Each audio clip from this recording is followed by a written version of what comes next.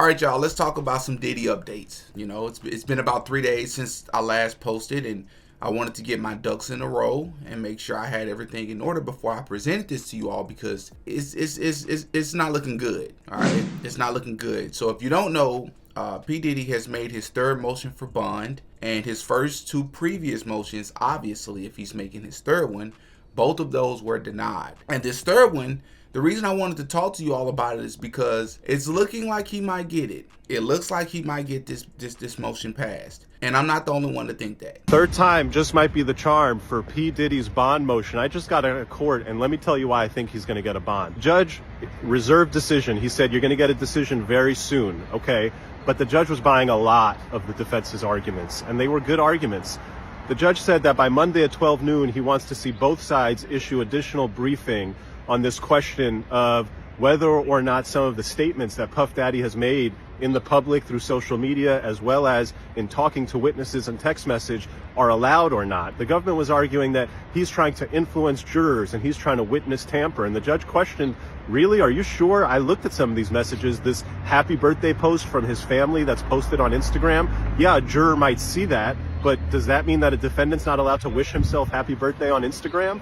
And the judge said, I'm looking at these text messages with the witnesses, what's tampering here? And so he's going to have additional briefing on both of those issues. But what really swayed the judge is the argument that's been made from the beginning. But now, after 2-3 months, there's been discovery produced, and the defense has some of the discovery, including what they characterized as Brady evidence showing that the alleged sex trafficking victim, Puff's wife, and a relationship that was almost 11 years that ended.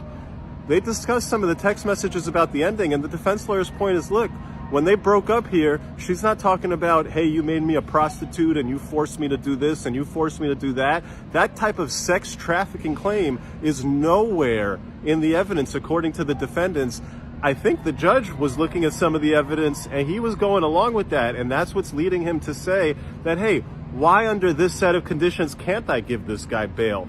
If you look at what's happened in this case, in the past couple of months, they said that this guy is this guy is this guy is that. Okay, where's the evidence? Other than a video showing him brutally beating his wife in a hotel lobby, and other than you saying that he's breaking prison rules by using three-way calling, what else is there? Really, what else is there? Because they have not identified a single other witness or video showing violence, showing really anything. Will they? Maybe. But for now, I think the judge is going to give him a bond because it's been 2 months and it looks like Puff is a freak and a wife beater, but that's not a no bond type of situation. Something weird is happening with this case. The feds are fumbling. I know it's not what a lot of you all want to hear. It's not what I want to hear, but it's true. The feds are fumbling this case, and I've heard some other content creators say this, and I agree. You got to ask the question, is this a mistake or is it intentional, right? Because all these things that are happening, a case of this magnitude, of this scale, you would imagine that the feds would have everything in order. This would be an airtight case, right? This is not the state. This is the feds we're talking about. And the fact that as many loopholes are being exposed, it's not looking good. And in fact, it's reminding me a lot of the Young Thug case. Y'all remember that case, right? The Young Thug, the rapper, the same rapper that told us well before his trial, well before he was indicted on RICO charges of all things, that he is a Mason and that he beat all his cases. I'm a Mason. I beat all my cases. I'm a Mason. I beat all my cases. Listen, I just want to interrupt for just a sec to say, if you are enjoying this video, I ask that you please hit that like button. If you enjoy my content, if you want to help the channel, please hit that like button for the YouTube algorithm. It helps pushes my video out there. I would really, really appreciate it. Also, subscribe to my second channel if you have not subscribed yet. Link is in the description. And when you look at everything that happened with Young Thug, the man was accused of orchestrating and calling murders on people, including a guy named Big Nut, which is a huge figure in the Atlanta area. When you look at the fact that Young Thug was picking up charges while he was sitting in jail, right? There's the gun case that he picked up while he was in jail. It was a whole lot of stuff, man. They're talking about gun charges, murder charges, gang affiliated charges. When you're talking about RICO, even on a state level, you're done. But we're talking on a fed level. There's no way you're beating this. On the street, we call them snitches. From a legal perspective, it was several people in Thug's case that signed proffer agreements, which just essentially means they told on Thug, with the expectation that they didn't have to, at the very least, sit in the courtroom and have to say it in front of everybody on camera. But by all means, they snitched. I became affiliated with YSL around 2016. Is that true as it pertains to you, Mr. Kitchens? Yes, ma'am. YSL is a music label and a gang, and you have personal knowledge that members or associates of YSL have committed crimes in furtherance of the gang. Yes, ma'am. You were present when law enforcement officers stopped a vehicle in which you were present along with Jeffrey Williams, wherein hydrocodone, methamphetamines, and a firearm were recovered. These items did not belong to you. Yes, ma'am. And do you acknowledge the following statement? I recognize, accept, and deeply regret that my talent and music indirectly furthered YSL the gang to the detriment of my community. YSL as a gang must end. Is that your statement or acknowledgement? Yes. So you got snitches, you got being accused of murders, you got people corroborating this story, you got all sorts of witnesses, and yet and still, Young Thug got off on like some ridiculous 15-year probation, whatever it is. But nonetheless, a lot of people say, well, he didn't beat the case because he could still mess up and go back and, bro, murders? A lot of people look at that as a win. You should never see the light of day again, bro. Us everyday folk would never be able to get off like that. How is he able to get off like that? Well, this Diddy case is reminding me a lot of that. And I'm going to go a step further. I'm going to say if Diddy gets a bond, I think he's going to beat this case, y'all. And I hope I'm wrong, but I'm going to tell you why I say this. There have been reports coming out saying that Diddy has been, quote unquote, running the jail. They talking about this man has been tampering with witnesses, contacting, DMing, texting witnesses. And they put way too much faith into the argument that, oh, since Puff has been denied a bond and we sent him to the MDC, he's been breaking all of the MDC rules, because the defense ate when it came up to that. And the judge, he was eating himself. The defense brought up the point, well, really? Because typically when you have somebody claiming that this guy's violating all the jail rules, there's jail letters talking about those violations. And what you don't have is MDC saying that this guy's a habitual violator. And what you don't have are any charges against him from the jail for breaking the rules. And the judge even brought up, hey, this idea of one guy using another guy's PAC number, don't we see that all the time? And this contact me ASAP third-party messaging service that he was using, didn't you still get a chance to monitor all those conversations? And really, for me, the big point, which is that, hey, you guys are saying he's breaking all these prison rules. You know all about it, and yet you've done nothing to tell him to stop. You found nothing in all of the communications, and then you're trying to use it against him on the bond. That was a big misstep from the government. That's one of the big reasons why I think you're going to see a bond in this case, because that type of argument, you make it, you put all this energy behind it, and then it falls flat. And all of that is why he's been in jail. You think if this man got out of jail on bond, they can't even control him in jail. What do you think is going to happen if he gets out of jail? You don't think he'll have so he's a billionaire. You don't think he'll have all this sort of access to these witnesses?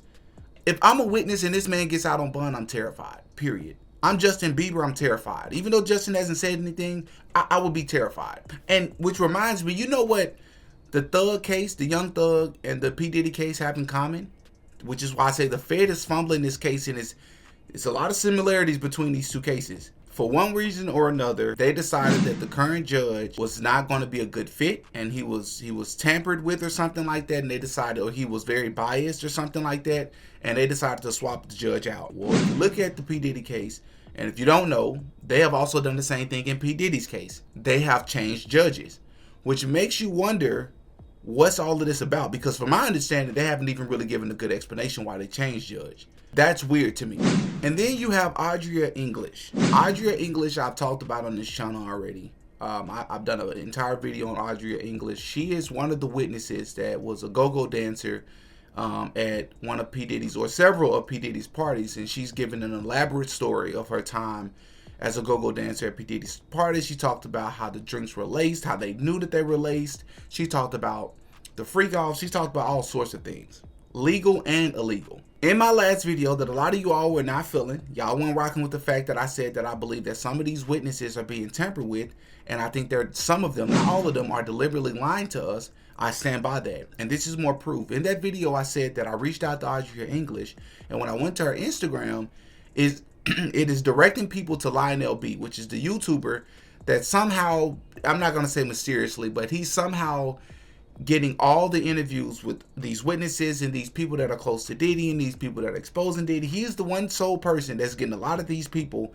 but nobody else is able to get these interviews. Well, maybe I have to eat a little bit of those words, because Audrey English did DM me back.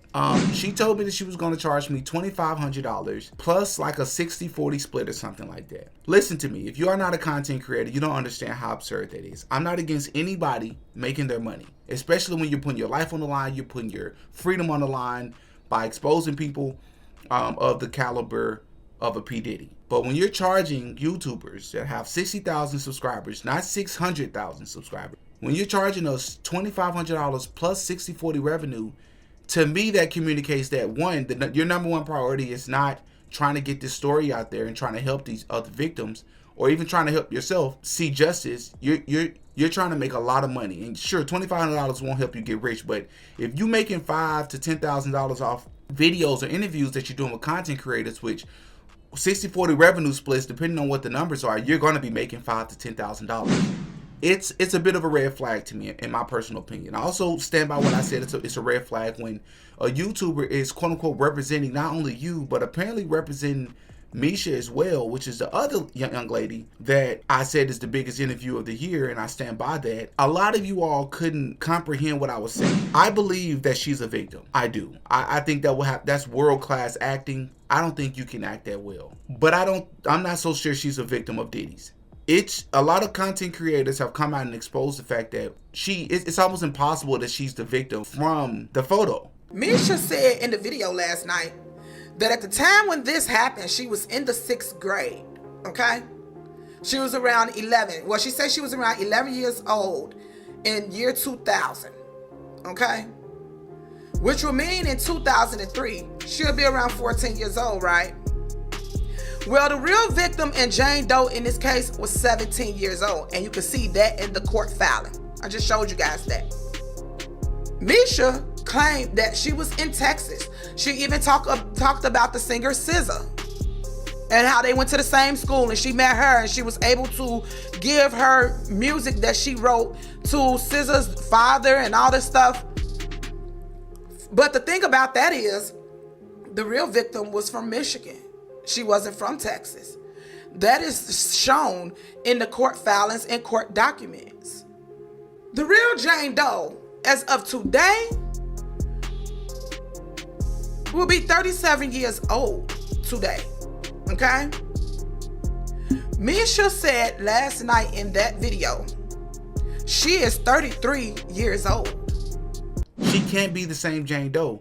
And if you go to the court documents, because Jane Doe with the D&G t-shirt on actually pressed charges and has a case, you look up the details of that from an age perspective. This lady said that she's 33, but according to the photo, I think the young lady in that case said that she was like 11 or 12. You would be around 36 or 37 years old.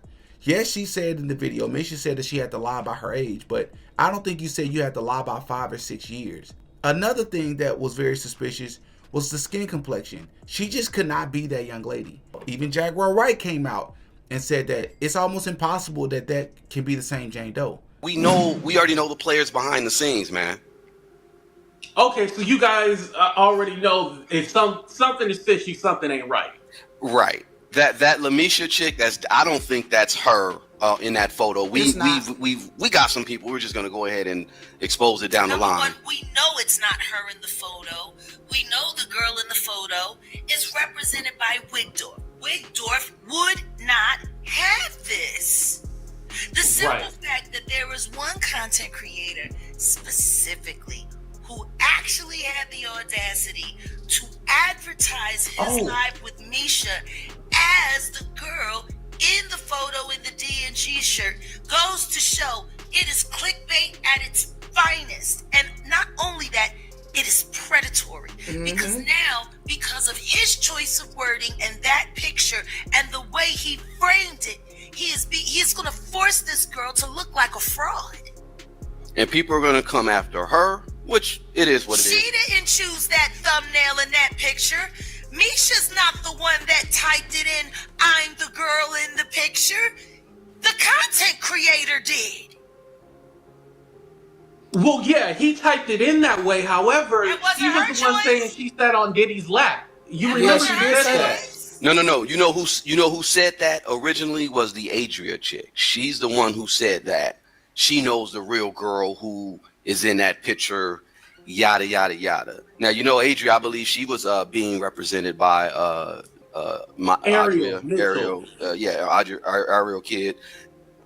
Yeah, I don't think they dropped her yet, but they're trying to figure that out. But one of the most, in my opinion, damning parts of all of this was when Adria English went onto another platform and she talked about how Oprah allegedly, she didn't say alleged, but Oprah hooked up with a 12-year-old. And she said she knows this for a fact because Quincy, P. Diddy's son, told her this.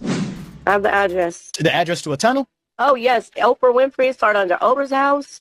Oprah was just on house arrest recently because she got caught with a 12-year-old. She want to get out of it, but they got too much on her. That's why Oprah said she'll never have kids. The real reason why she don't want to have no kids because she's seeing what's going on because she's the participant. I ain't going to say allegedly sue me, bitch, because my baby a double agent. He realized that a long time ago. And that's why he said the best way to get back at the man who mother is to talk to the woman that's going to help take him down, which is me. That's why he made the song a different route. He's going a different route. He's the one that gave me the address to the tunnels underground. And yes, baby, I'm telling on you. He's the one texting me, and I can show you guys the text message with my phone. Oh, I'm on my phone.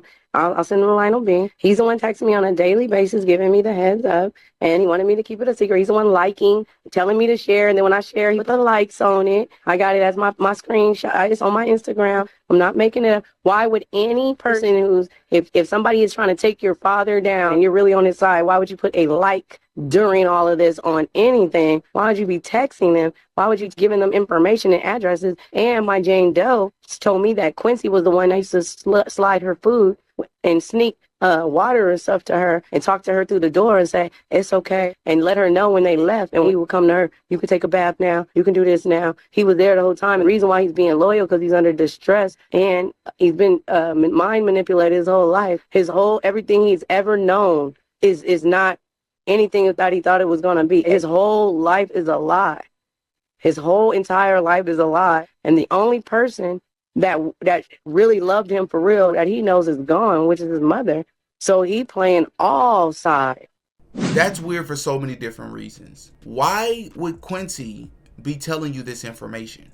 That's one. Two, let's say that he is telling you this information. He is publicly liking posts that is against P. Diddy. And y'all are going to say that's not his real son. I understand that. So you say, well, maybe he's tired. Maybe he wants to see P. Diddy get locked up and found guilty. Why would you publicly do it and like posts like that? That's suspicious to me. That's putting your own life at risk, I would imagine, right? Another thing is, if Quincy is choosing to help you, why would you out him like that? Then let me tell you what I think is happening. I think Adria English is either knowingly or unknowingly helping P. Diddy. That's what I think. I think Quincy is feeding these people false information so that, like I said in my last video, it better helps P. Diddy's case. That's what I think. And I stand by that. Because it doesn't make sense. These things are not making sense. You would just think that the feds would have a much more airtight case. And somehow, some way, they're finding a way to fumble this. They're finding a way to not, like, these victims need justice. And I believe with all these egregious stories that are coming out, some of these interviews that are coming out, I'm telling y'all, man, they're playing us. And I know a lot of you all remind me of Trump supporters. I can bash the left and Kamala Harris, Joe Biden, and Barack Obama all day long, which I do on this channel quite often. But the moment I'm critical or I critique Donald Trump for one thing, all of a sudden y'all don't support it anymore. Y'all not for truth. I'm for truth over here. I'm not for just one side. Truth is truth. Anybody can get it. Just because I'm making all these videos saying how I do believe that P. Diddy is a monster, because I do believe that. But I can also stand on the fact that some of these stories, I'm telling y'all, man, they're double agents. Some of these people are double agents and they're helping P. Diddy. And in the end, unfortunately, I hope I'm wrong, I think we're going to see exactly what I'm talking about. Y'all up in the comment section, y'all give me y'all thoughts, man. I'm Demetrius, I go by Diddy. That's all for this one. Until next time, pray for the victims. Oh yeah, Diddy got a podcast.